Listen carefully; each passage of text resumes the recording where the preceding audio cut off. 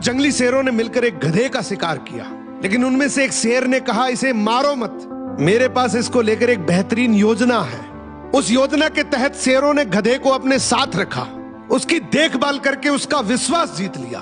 फिर एक दिन उसे वापस गधों के समाज में भेज दिया, पर इस बार वो गधा एक गधे की तरह नहीं, बल्कि वो एक शेर के समान गधों का राजा बनकर वापस आया था, जिसके पीछे सभी शेरों का साथ था।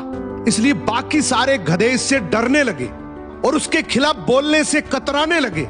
अब शेर जब जब उस गधों के झुंड को देखने आते, ये गधा अपने ही समुदाय के गधे को शेरों को खाने के लिए दे देता। ये गधा गधों के बीच तो एक शेर जितना ताकतवर बन गया था, लेकिन शेरों के बीच वो अब भी एक गधा ही था।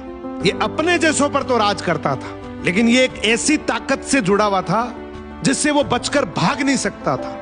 इसने हजारों मासूम गधों की कुर्बानी दी, सिर्फ ये सोचकर कि इससे मैं और ज्यादा ताकतवर बन जाऊंगा। एक दिन ऐसा आया कि सभी गधों ने एकजुट होकर उसका विरोध किया और ये ठान लिया कि इस बार शेर जब भी शिकार करने के लिए आएंगे तो हम में से कोई नहीं जाएगा, चाहे उसका परिणाम कुछ भी हो।